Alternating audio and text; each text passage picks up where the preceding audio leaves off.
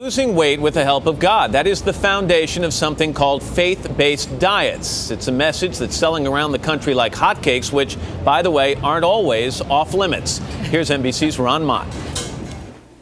How's that better? Breakfast at the Smiths outside Nashville is loaded with love and calories. Chocolate chips on a few of them.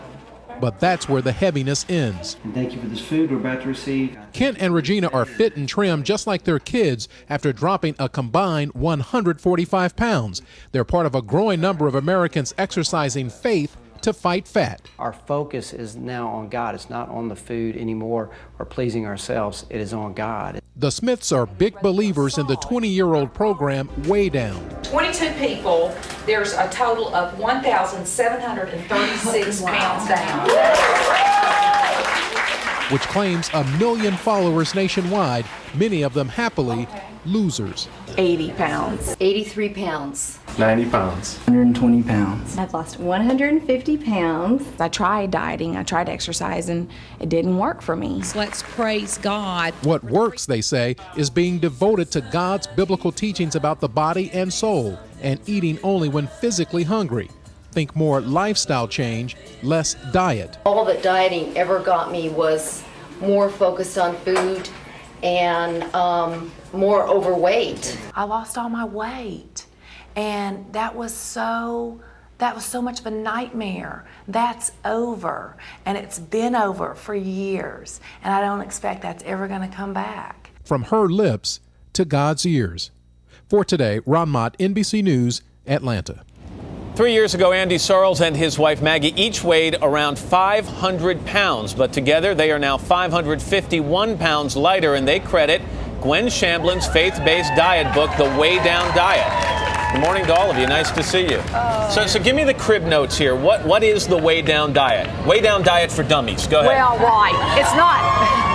The main thing is it's not a diet, and it is a diet in the sense that it's what you consume. But these people have all lost weight permanently because they have transferred a relationship with the refrigerator over to a relationship with God. Yeah, I was looking through your material and the notes the producer gave me, and what stuck out to me was this one thing. The key, as far as I can tell, is this aspect of relearn to feed and nourish your longing heart with a relationship with God as opposed to a relationship with food, right? Yes. So why can't it be a relationship with video games or a relationship with knitting? Why does it have to be with God? Because that would be one more thing of slavery.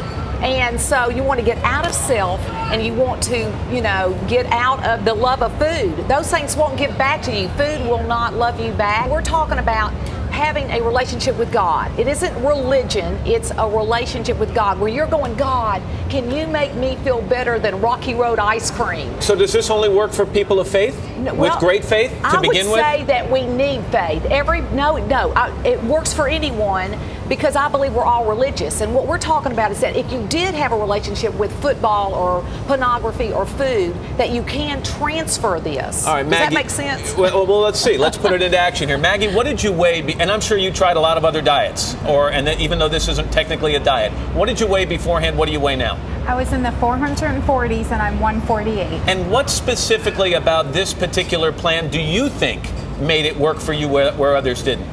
Well, the difference between this is that everything I tried, it would maybe help me lose weight, but this is the only program that gave me hope and success.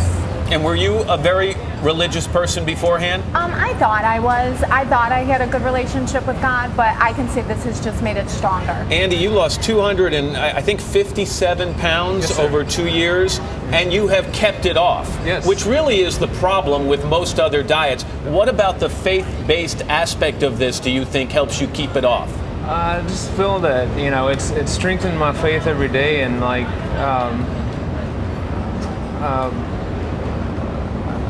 but have you also not just dramatically changed what you eat? Well, yeah, definitely. It's definitely reduced because I used to run to food so much, whereas now I do run to God. I pray, and I just wait till I'm hungry. It's like that's the way God's made all of us. It's no different for anyone. We're not special. What children eat this way, animals eat this way. It is natural instincts. You're listening to hunger and fullness. And let me tell you something. People in this country are getting bigger and bigger, and they have not been successful doing it for themselves, their wives, their children. But what I found was that people will do this for God. The world's hurting, and they need God. I mean, everybody was, instead of worshiping the created, worship the Creator, and guess what? These people are happier. They're not sad. And the fact is that who is sad are the ones out there that are hurting. And I feel sorry for them because they think diets is the answer, and it's not working. They've got to stop changing the food and try to change themselves, and there's the difference in this program. Look, and I'm not a critic or a cynic here because I think the proof is in the pudding, and if you guys have lost 500 pounds together, something is working for you, and the smile on your face tells the story. What about exercise and all this? You say it's not that important. No. I say exercise is a virtue in and of itself. But what happens is the whole concept of weigh down is that you are like you've got to change your focus.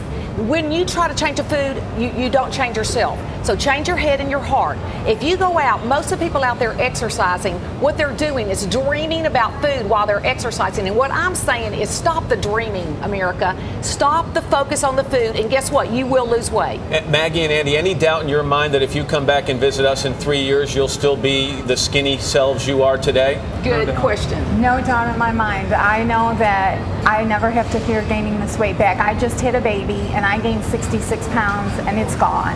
And I have no fear of ever gaining that weight. Andy, you think you'll be skinny also? Oh, definitely, because it changed my whole aspect. It changed my lifestyle. You know, it's not something that you don't change the food. It's not, you get to finally enjoy good food, whereas every other diet we're on is reduced fat this, and you know that reduced the flavor too. So. Well, Gwen, Maggie, Andy, well, congratulations to you. First of all, so I read in the notes that you actually had a weight problem 20 years ago. That's hard to believe. 20 years, kept it all. Change focus, turn to God. It's the answer. Thanks so much.